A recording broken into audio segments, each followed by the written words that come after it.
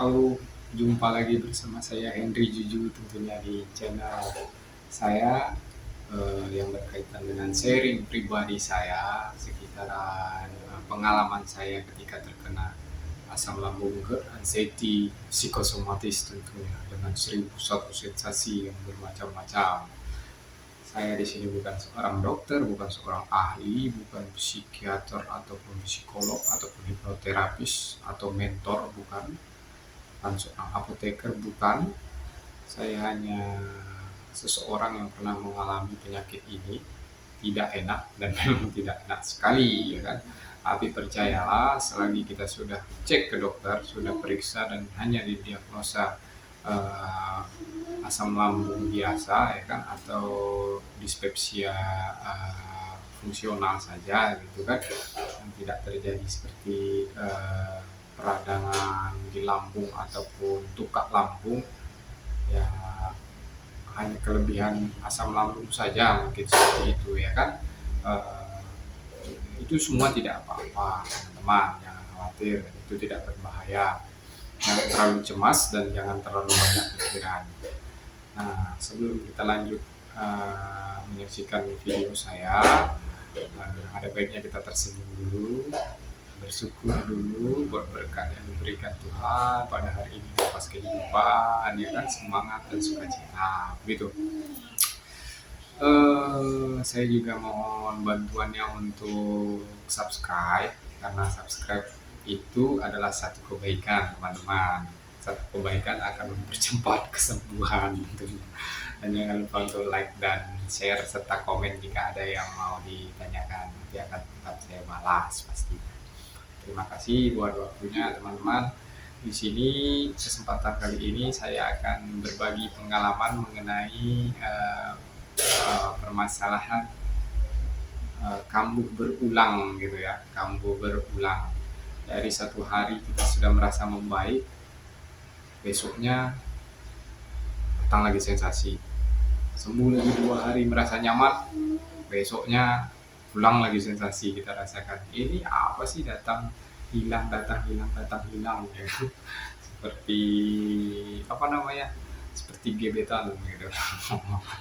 Nah teman-teman, percayalah dan yakinlah bahwasanya itu sebenarnya adalah proses dari sebuah kesembuhan. Harusnya kita bersyukur, berarti sudah ada, mulai ada perbaikan, ya kan, mulai ada perbaikan tentunya. Kenapa itu dia bisa kambuh lagi? Kalau saya pribadi, setelah saya pelajari, setelah saya cek-cek, ternyata memang ada hal yang saya kendorkan dalam konsistensi 3P saya. Itu mulai dari pola makan, pola hidup, dan pola pikir saya ada yang saya kendorkan, gitu teman-teman.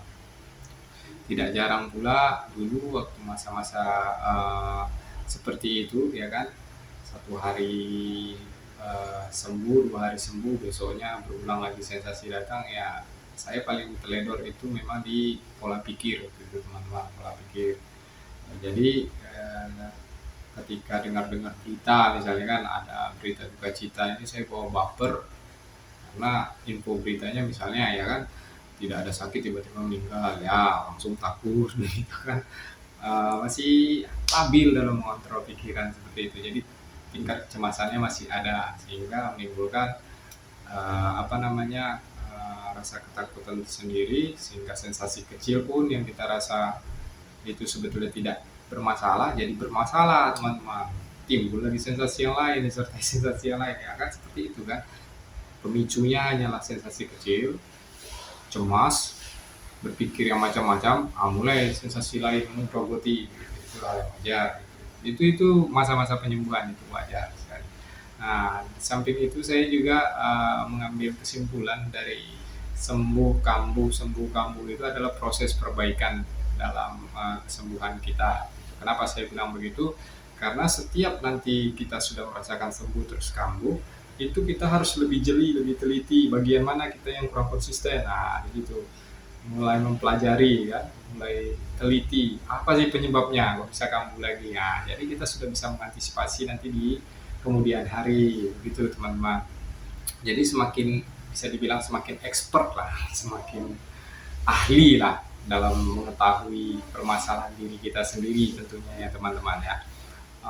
Selain itu juga saya juga pernah kambuh karena disebabkan oleh melebihi batas kekuatan saya sendiri. Nah, saya rasa badan sudah enak, terus saya kerja yang mengeluarkan tenaga.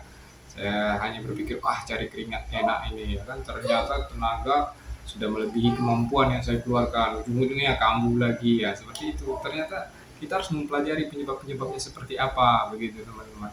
Dan itu tidak masalah, kalau menurut saya tidak masalah. Itu hanyalah sebuah proses di mana kita dibentuk untuk mengetahui apa penyebab dari kekambuhan kita, begitu.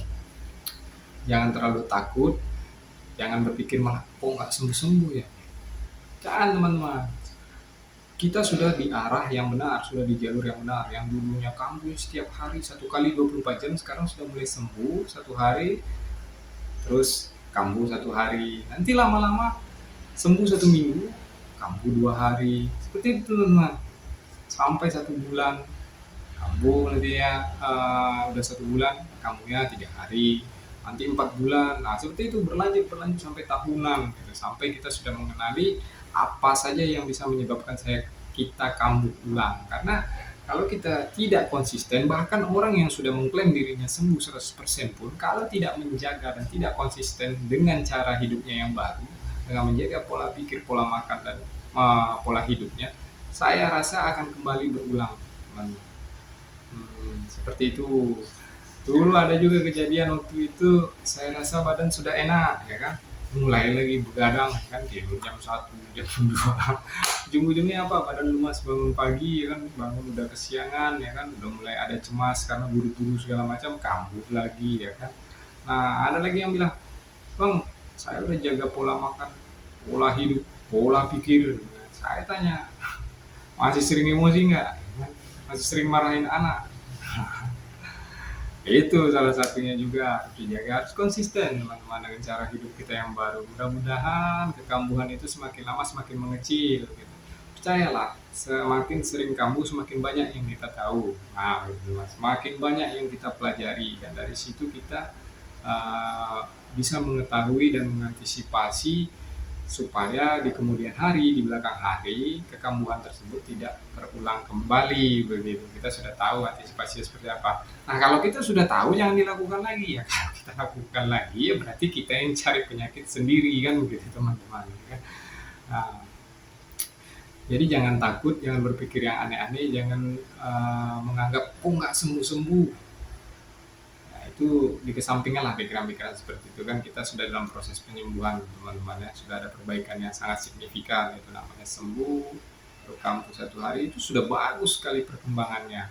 Jadi jangan dikacaukan lagi pikiran, pola-pola makan, pola hidup yang sudah terbentuk itu dengan pikiran-pikiran yang tidak penting seperti itu.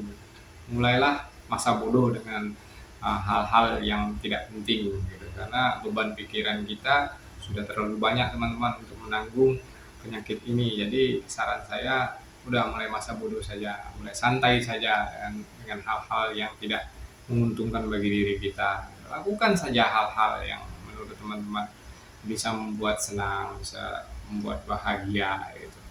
Sehingga proses penyembuhannya akan jauh lebih cepat lagi. Saya fokusnya sekarang ini ya di permasalahan sembuh kambuh itu teman-teman. Intinya jangan takut.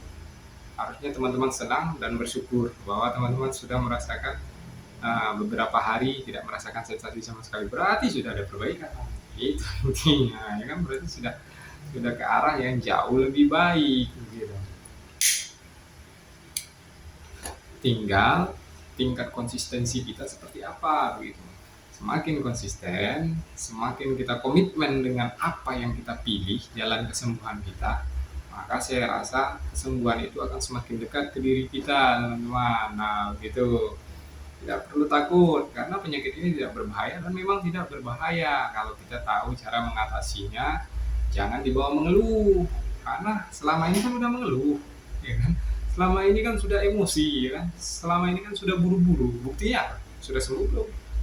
Ya kalau belum, sudah jangan diikuti lagi cara yang seperti itu. Itu cara yang tidak berguna gitu. Bahkan akan membuat pikiran dan hati kita semakin kacau gitu. Buat happy saja teman-teman, walaupun sensasi datang, kambuh ulang, syukuri karena kita sudah merasakan bahwa beberapa hari tidak merasakan sensasi sama sekali. Berarti kita sudah ada mulai kesembuhan seperti saya bilang, seperti naik anak tangga. Satu, dua, tiga, jadi seperti itu. Tingkat bebasnya kita dari sensasi ini bisa dibilang merdeka lah. Nah, tingkat merdeka kita. Jadi teman-teman tidak perlu takut, tidak perlu cemas, tidak perlu panik ya ketika kamu pulang. Cari tahulah penyebabnya sehingga kita paham untuk mengatasinya. Tetap semangat teman-temannya. Semua orang dalam proses kesembuhan itu pasti seperti itu teman-teman. Yang awalnya tiap hari 1 kali 24 jam sensasi terus bermacam-macam, mulai hilang sensasi sedikit-sedikit, hilang sensasi sedikit-sedikit, mulai 1 hari sembuh tanpa sensasi kambuh, mulai 2 hari sembuh tanpa sensasi, 1 harinya nanti kambuh. Seperti itu dia. Mulai semakin lama dia seperti tingkatan seperti itu. Kalau konsisten kita tetap dijaga ya teman-teman tentunya. Mungkin itu saja dari saya. Semoga kita termotivasi terus, jangan takut. Hadapi ini dengan rasa syukur dan senyum tentunya, karena begitu kita merasakan sensasi kembali atau terjadi kekambuhan, percayalah itu tanda-tanda perbaikan, tanda-tanda kesembuhan sudah di depan mata. Tetap semangat, salam hormat, salam sehat dari saya Hendri Dudu. Semoga video ini menambah setidaknya referensi atau data-data dari teman-teman. Kalau ada yang baik, saya ucapkan terima kasih. Misalnya mau membantu saya dengan subscribe, like, atau meninggalkan komen dan melakukan share teman-teman ya. Sampai jumpa di video saya selanjutnya. Tetap tersenyum dan tetap bersyukur. Salam Hindu.